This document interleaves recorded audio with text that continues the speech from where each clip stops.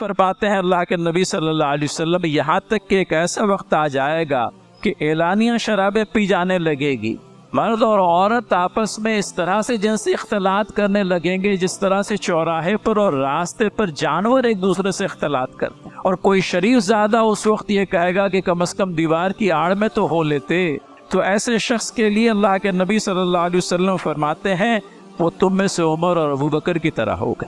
پھر اللہ کے نبی صلی اللہ علیہ وسلم نے یہ بھی فرمایا کہ اس دور میں برائی سے روکنے والا ایسے 50 آدمیوں کے برابر اجر پائے گا جس نے مجھے دیکھا ہے، میری اطاعت کی ہے، مجھ پر ایمان لایا ہے، میرے ہاتھوں پر بیعت کیا ہے۔ یہ مقام نیک و بلند حاصل کرنے کی جستجو اور خواہش ہو، برائی کو دل سے برا سمجھنے سے محض بات نہیں بنے گی۔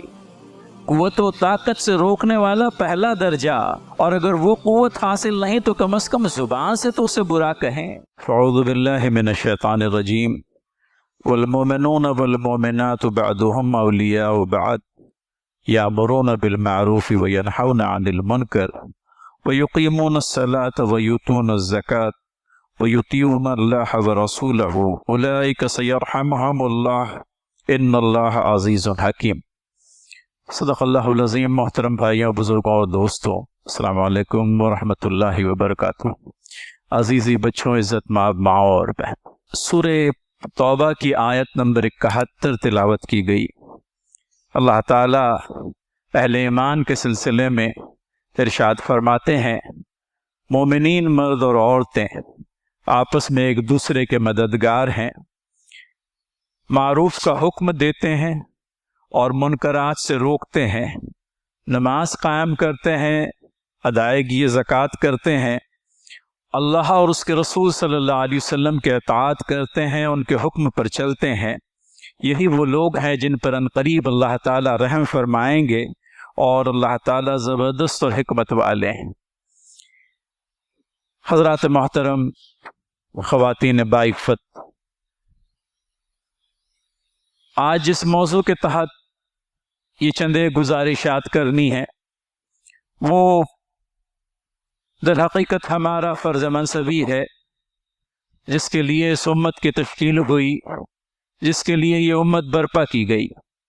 دنیا جہان کے تمام تر انسانوں کو معروف کا حکم دینے والی اور منکر سے روکنے والی یہ امت ہے، اور یہی اس کا فرض ہے، یہی اس کے کرنے کا کام ہے، جس کی نشاندہی قرآن کریم کے مختلف آیات میں اور نبینا حضرت محمد مصطفیٰ صلی اللہ علیہ وسلم کی تعلیمات میں ہم لوگوں کو ملتی ہے۔ کہیں ذہن میں یہ بات بھی آ رہی ہوگی کہ مختلف عنوانات پر گفتگو کرتے کرتے آج امر بالمعروف اور نہی عن المنکر کے موضوع کو کیوں کر منتخب کیا گیا۔ حضرات محترم، خواتین باعفت، یہ محسوس کیا گیا کہ وقت گزرنے کے ساتھ میں شیطانی حملے سر چڑھ کر بولنے لگے ہیں، اور خاص کر کے اس امت کی نوجوان نسل کو شیطان اپنا ہدف اور نشانہ بنانے میں لگا ہوا ہے۔ بہت ساری خرابیاں، بہت ساری برائیاں اپنے اطراف و اکناف میں ہوتے ہوئے ہم دیکھتے ہیں۔ ہمارے نوجوانوں کا انداز تخاطب جو ہے وہ بدلتا ہوا دکھائی دیتا ہے۔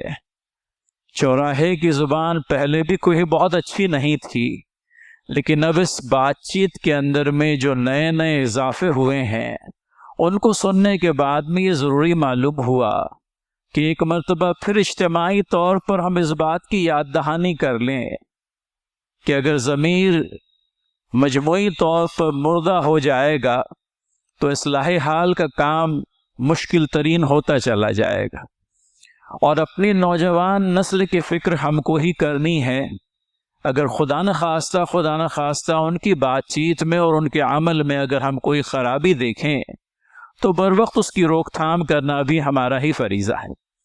پھر اسی طرح سے ہماری نوجوان بہنوں کے سلسلے میں بھی چند ایک باتیں کانوں پر پڑتی ہیں، اور ان کو بھی بہت مؤدبانہ انداز میں بڑے ہی پیار اور محبت اور انس کے ساتھ میں چند ایک ہدایات ہے جو انشاءاللہ العزیز اس گفتگو کے خاتمے پر کرنا چاہیں گے۔ محترم سامعین و سامعات، تعارفی طور پر چند ایک باتیں۔ بہت ساری چیزوں کے خطرات کو آدمی بڑی آسانی سے اور یوں کہہ لیجئے کہ ہاتھ کے فاصلے پر محسوس کرتا ہے۔ کسی گھر میں کوئی آگ لگی ہے، ہمارے پڑوس میں ہی کل ایک عمارت کا کچھ ایک حصہ جو ہے زمین دوز ہو گیا۔ ظاہر سی بات ہے کہ خطرہ سروں پر منڈلا رہا ہے۔ آج عمارت کا ایک حصہ منہدم ہو گیا ہے، گر گیا ہے، کل خدا نخواستہ کوئی اور حصہ۔ آج ایک چھوٹی سی بچی کو کوئی مختصر سی چوٹ آئی، کل خدا نخواستہ کوئی بڑی چوٹ کا باعث بھی ہو سکتا ہے، کوئی حادثہ، اللہ تعالیٰ محفوظ رکھے۔ لیکن فوراً کارروائی کی گئی اور یہ محسوس کیا گیا کہ اس دھوکہ دائق عمارت کے اندر میں مکینوں کو زیادہ دیر تک ٹھہرانا خود ان کی جان و مال کے لیے نقصان کا باعث بنے گا۔ اس خطرے کو محسوس کرتے ہوئے ان کو ایک جگہ سے دوسری جگہ منتقل کرنے کی بات ہو رہی، شاید کہ منتقل کر بھی دیا گیا ہو۔ یہ خطرات تو ہیں جن کو ہم ہاتھ کے فاصلے پر محسوس کرتے ہیں، اور ان خطرات کو محسوس کرنے کے بعد میں فی الفور کوئی نہ کوئی کارروائی ہوتی ہے۔ لیکن یہ ہمارے ارد گرد جو دیگر خطرات منڈلا رہے ہیں، برائیاں جو سر چڑھ کر کے بول رہی ہیں، لوگوں کے بات چیت کرنے کا جو انداز بگڑتا چلا جا رہا ہے، اس سلسلے کی بھی فکر ہماری اجتماعی بقا کے لیے ضروری، ہماری نوجوان نسل کی اخلاق اور کردار کے بنانے اور سنوارنے کے لیے نہایت ہی ضروری۔ تو کہنے کا منشا یہ کہ منکرات اور فواحشات کے سیلاب کو بھی ویسا ہی سیلاب سمجھیں جو کسی دریا کے بے قابو ہونے کے نتیجے میں یا بارش بہت زیادہ برسنے کے نتیجے میں ہوتا ہے۔ وہ سیلاب ہمارے گھروں کو اور خود ہمیں خس و خاشاک کی طرح بہا کر لے جاتا ہے، لیکن فواحشات اور منکرات کا اور برائیوں کا یہ سیلاب بھی اپنے آپ میں اس سے کچھ کم خطرناک نہیں۔ ایک نسل اگر خدا نخواستہ پوری طرح سے برباد ہو جاتی ہے تو پھر آئندہ یہی نسل جو ہمارے آنے والے وقتوں میں ہمارے بچوں کی ماں باپ بننے جا رہی ہے، ان سے ہم کیا توقع وابستہ رکھیں گے؟ تو اس ضمن بھی توجہ کرنے کی ضرورت ہے۔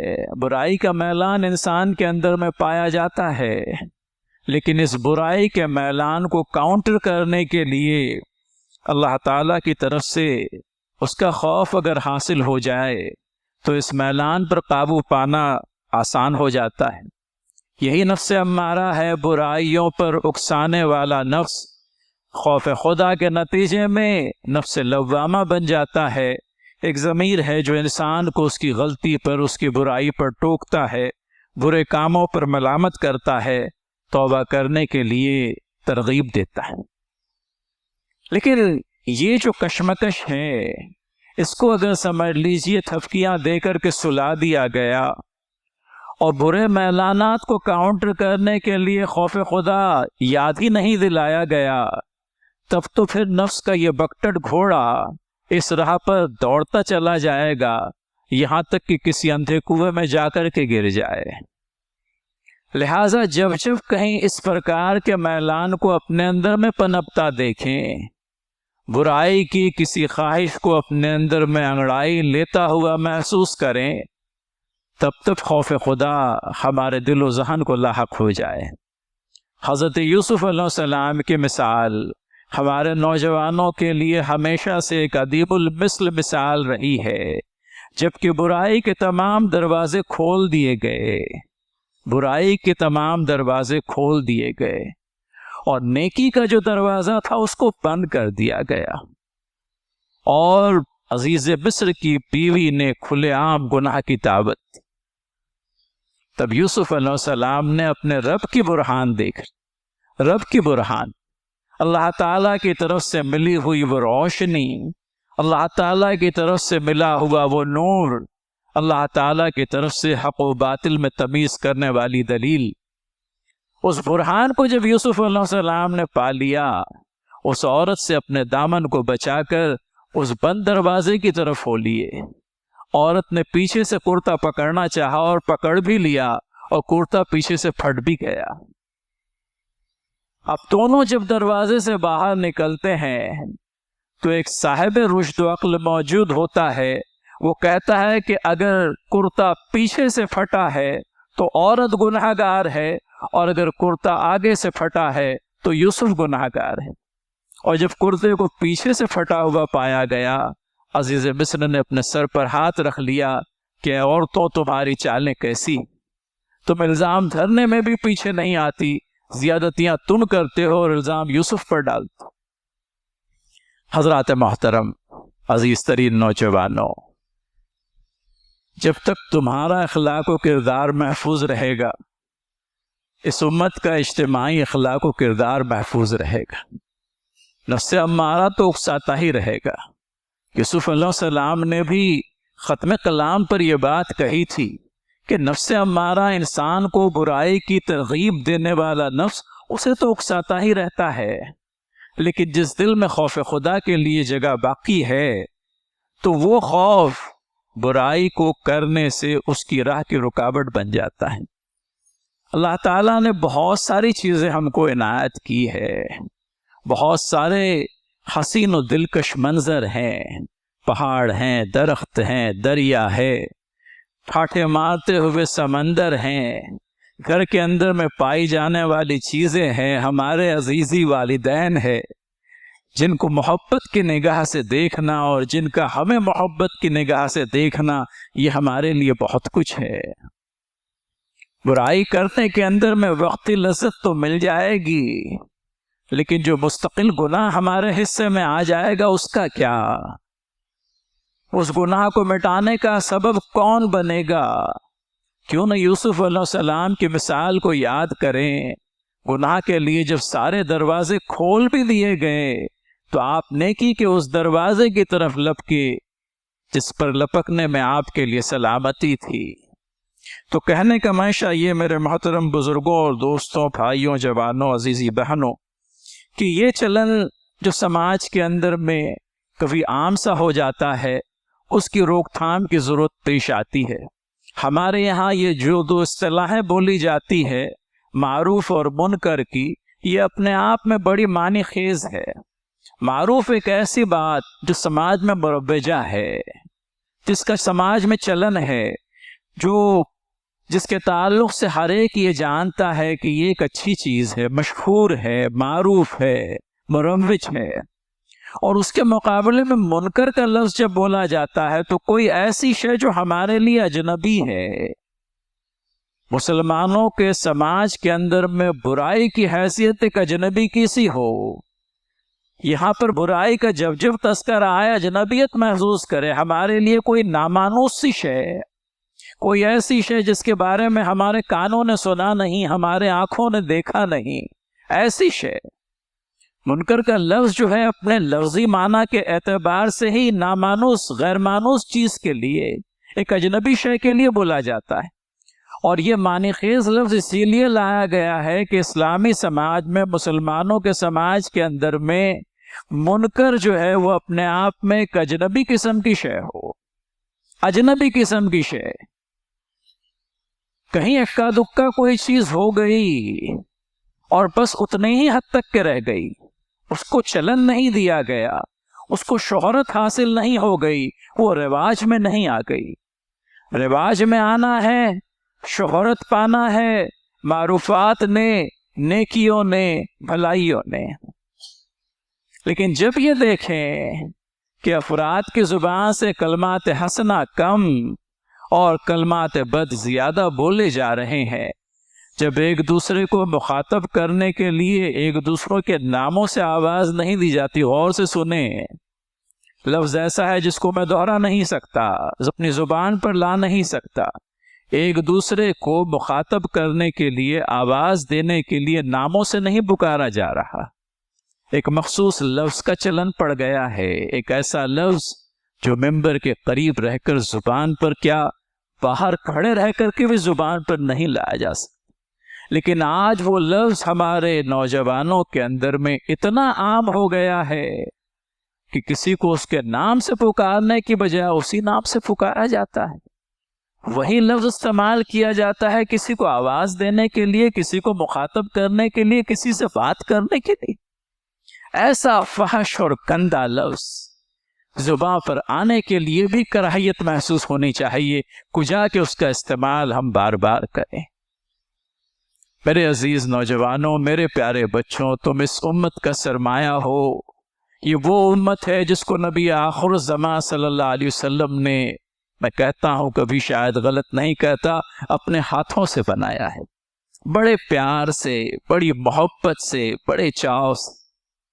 تم اس امت کے افراد ہو جس کو رسول اللہ صلی اللہ علیہ وسلم کی تربیت حاصل ہوئی ہے، اس انسان اعظم کی جس کے اخلاق اور کردار کی کوئی مثال نہیں ملتی، جس کے اخلاق کے تعلق سے اللہ تعالیٰ نے اپنی کتاب میں یہ بات رقم کی ہے کہ ہم نے مکارم اخلاق کے لیے، اخلاق کی بلند تر منزلوں کے لیے اے نبی محترم صلی اللہ علیہ وسلم تمہیں پیدا کیا۔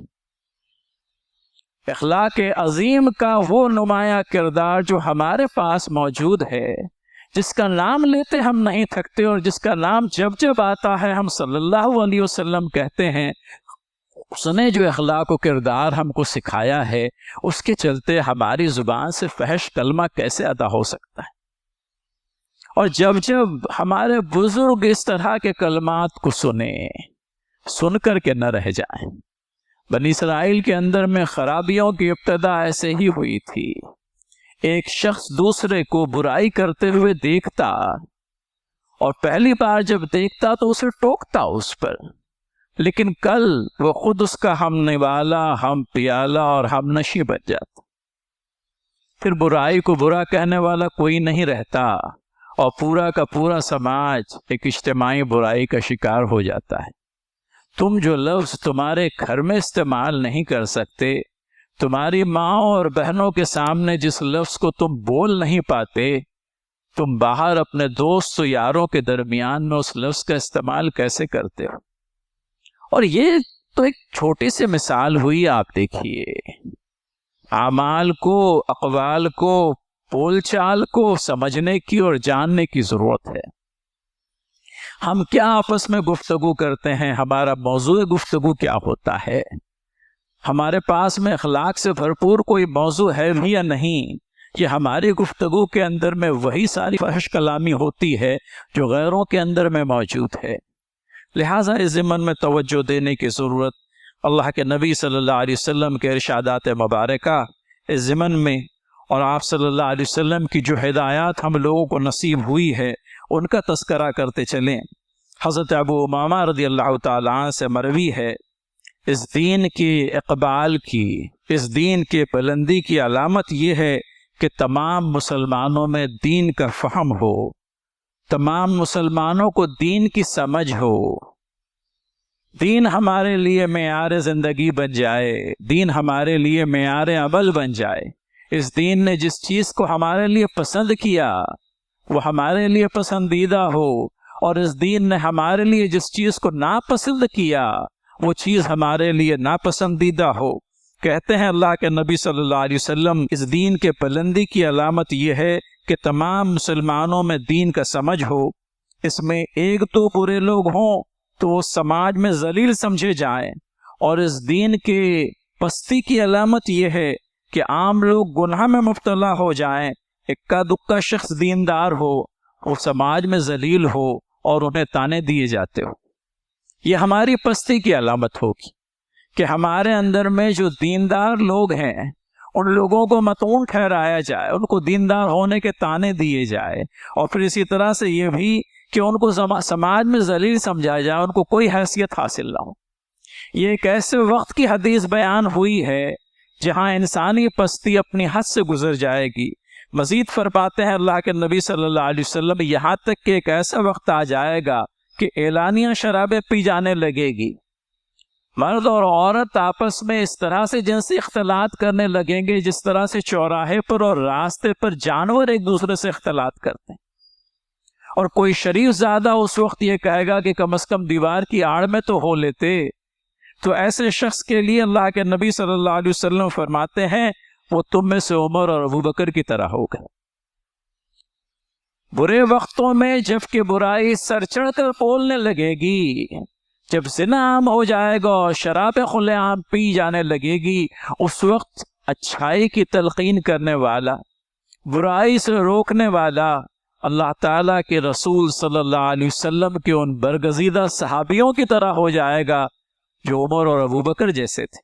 پھر اللہ کے نبی صلی اللہ علیہ وسلم نے یہ بھی فرمایا کہ اس دور میں برائی سے روکنے والا ایسے 50 آدمیوں کے برابر اجر پائے گا جس نے مجھے دیکھا ہے، میری اطاعت کی ہے، مجھ پر ایمان لایا ہے، میرے ہاتھوں پر بیعت کیا ہے۔ برائی سے روکنے والے شخص کا اجر دیکھیے، اللہ کے نبی صلی اللہ علیہ وسلم فرماتے ہیں کہ اس شخص کا اجر ایسے 50 لوگوں کے اجر کے برابر ہوگا جس نے مجھے دیکھا ہے، میری اطاعت کی ہے، مجھ پر ایمان لایا ہے، میرے ہاتھوں پر بیعت کی۔ یہ مقام نیک و بلند حاصل کرنے کی جستجو اور خواہش ہو، برائی کو دل سے برا سمجھنے سے محض بات نہیں بنے گی۔ قوت و طاقت سے روکنے والا پہلا درجہ، اور اگر وہ قوت حاصل نہیں تو کم از کم زبان سے تو اسے برا کہیں۔ قوت و طاقت سے روکنے سے مراد یہی نہیں ہوتا کہ ہاتھ سے ہی روکا جائے۔ آپ اپنے اثر و رسوخ کو کہاں استعمال نہیں کرتے؟ دنیا کے معاملے میں کسی کا کام اگر آپ کے ذریعے سے بن جانے والا ہے تو آپ اپنے اثر و رسوخ کو استعمال کرتے ہیں۔ دنیا کے معاملات میں اثر و رسوخ استعمال ہوتا ہے، دین کے معاملے میں اثر و رسوخ کیوں نہیں استعمال ہوتا؟ آپ اس سماج کے بڑے ہیں، آپ کی بات لوگ سنتے ہیں، آپ کم از کم آگے بڑھ کر کے بولیں تو صحیح۔ اللہ تعالیٰ کی ذات سے امید ہے کہ جہاں برائی کو روکنے کی کوشش ہوگی اللہ تعالیٰ کی قوت آپ کے ساتھ ہو جائے گی، لیکن اگر ہماری زبان ہی نہیں کھلے گی تو برائیوں کا یہ سیلاب ہمیں اسی طرح سے بہا کر لے جائے گا جس طرح سے پانی کا سیلاب ہمیں خس و خاشاک کی طرح بہا کر لے جاتا ہے۔ لہذا نگاہ رکھیں اس سماج کے اندر میں پیدا ہونے والی ہر ایک برائی پر، خاص کر کے ہماری نوجوان نسل پر۔ پھر اس کے بعد میں آخری چند ایک ہدایات جو کرنا چاہوں گا وہ یہ کہ تھوڑا سا پیرنٹل کنٹرول، والدین کی پکڑ اپنے بچوں کے اوپر کسی وجہ سے کم ہوتی ہوئی دکھائی دے رہی ہے۔ وجوہات جو کچھ بھی ہو، کہیں وقت کی کمی ہوگی، کہیں کچھ اور وجہ ہوگی، والدین کی پکڑ اپنے بچوں پر نہایت ہی ضروری۔ چھوٹے بچوں پر تو بہرحال پکڑ ہوتی ہے، لیکن جب بچے عمر کو آنے لگتے ہیں، سن بلوغ کو پہنچنے لگتے ہیں، 18 اور 15 سال کے ہو جاتے ہیں، تب ان کو روکنے کی قوت ہمارے اندر میں نہیں، یہ بات غلط ہوگی۔ شروع دن سے ان کے دلوں میں خوف خدا بھی اور اپنے والدین کے اطاعت کا خوف بھی۔ لہٰذا یہ پیرنٹل کنٹرول جو ہے، والدین کی اپنے بچوں پر جو پکڑ ہے، نگہداشت ہے ان کی، وہ کم نہیں ہونی چاہیے۔ بڑی عمر کے بھی بچے ہو گئے ہیں تو آپ کے لیے وہ بچے ہیں، ان کے تعلق سے اگر کسی خرابی کو دیکھیں تو بروقت روکنے کی کوشش کریں، محبت سے، التفات سے، پیار اور محبت کے جو بہترین کلمات ہو سکتے ہیں ان کے ذریعے سے، اللہ اور اس کے رسول صلی اللہ علیہ وسلم کا خوف دلا کر، اپنے گھر کی یوں کہہ لیجئے کہ عزت کا احساس دلا کر۔ یہ بچے ہمارے اپنے ہیں، یہ کوئی غیر نہیں ہے، ان سے ہمیں انس ہے، ان سے ہمیں محبت ہے، اور ہم یہ چاہتے ہیں کہ ان کا مستقبل تابناک اور روشن ہو، ان کا اخلاق و کردار بلند ہو، ان کی زبان سے فواحشات کی بجائے کلمات نیک عطا ہو۔ اللہ تعالیٰ کی کتاب کے کلمات، نبینا حضرت محمد مصطفیٰ صلی اللہ علیہ وسلم کی احادیث کا بیان۔ تم ہی تو میری امید ہو میرے بھائی، تم سے اگر امید کھو بیٹھوں گا تو کس سے امید وابستہ رکھوں گا؟ تمہیں نے تو اس کام کو آگے بڑھانا ہے، اب میں کتنے دنوں تک کے اس کام کو کروں گا؟ شاید وقت مجھے مہلت نہ دے۔ کسی نے آ کر کے تو یہ جگہ لینی ہے، اور ایک دو نے نہیں لینی ہے، کہیں ایک نے لینی ہے۔ یہ تو ہمارے کرنے کا، ہر ایک کے کرنے کا کام ہے نا۔ افراد امت میں سے ہر ایک فرد امت معروفات کا داعی ہے، معروفات کی طرف بلانے والا ہے، منکرات سے روکنے والا ہے۔ اپنی عزیزی بہنوں اور بیٹیوں سے کہوں گا، ہوس کے بندوں نے ہر جگہ اپنی مچانے لگا رکھی ہے، اپنی یوں کہہ لیجئے کہ پوشیدہ جگہوں سے یہ تمہیں دیکھتے ہیں، اور کبھی موبائل کا لالچ دے کر، کبھی کوئی اچھے کھانے کا لالچ دے کر تمہاری عزت کے سوداگر بننے کے لیے یہ لوگ تیار ہیں۔ تمہیں تمہارے رسول کا صلی اللہ علیہ وسلم، تمہیں تمہارے پیدا کرنے والے کا واسطہ، تمہیں تمہارے والدین کی عزت اور شرافت کا واسطہ، کچھ تو خیال کرو، کچھ تو خیال کرو۔ تم کون ہو؟ تمہارا مقام کیا ہے؟ تم کیا بازاروں کے اندر میں پھرنے والی کوئی عورت ہو؟ تمہارا مقام تو خدیجہ کا، تمہارا مقام تو آمنہ کا، تمہارا مقام تو فاطمہ کا ہے۔ وہ جو اللہ کے نبی صلی اللہ علیہ وسلم کی نور نظر تھی، وہ جو اللہ کے نبی صلی اللہ علیہ وسلم کی سب سے بڑھ کر مددگار تھی، تمہارے لیے وہ مثالیں ہیں کہ چھچوری اور یوں کہہ لیجیے کہ بدچلن قسم کی عورتیں تمہارے لیے مثال نہیں ہو سکتی۔ تمہارے لیے ان چھوٹی چھوٹی چیزوں کے اندر میں کیا دلکشی ہے؟ تمہارے لیے تو اللہ تعالیٰ کی ابدی جنتیں ہیں، اس نے تم سے وعدہ کر رکھا ہے۔ تم اس وعدے پر یقین رکھو، یہاں کے ہوس کے بندوں کے جھوٹے وعدوں پر یقین مت رکھو۔ تو یہ مقام نیک و بلند ہم کو پانا ہے، ہمیں اپنی فکر کرنی ہے، دنیا والوں کی فکر کرنی ہے، اور اللہ تعالیٰ کے اس دین کے ذریعے سے اس دنیا میں بھی سرفرازی حاصل کرنی ہے، اور آخرت کی ابدی نعمتوں کا بھی ہمیں امیدوار بننا ہے۔ اللہ تعالیٰ مجھے آپ سب کو، ہماری نوجوان نسل کو، ہماری فتماں بہنوں کو، ہمارے پیارے بیٹوں اور بھائیوں کو اس بات کی توفیق بخشے۔ وآخر دعوانا ان الحمد للہ رب العالمین، والسلام علیکم ورحمۃ اللہ وبرکاتہ۔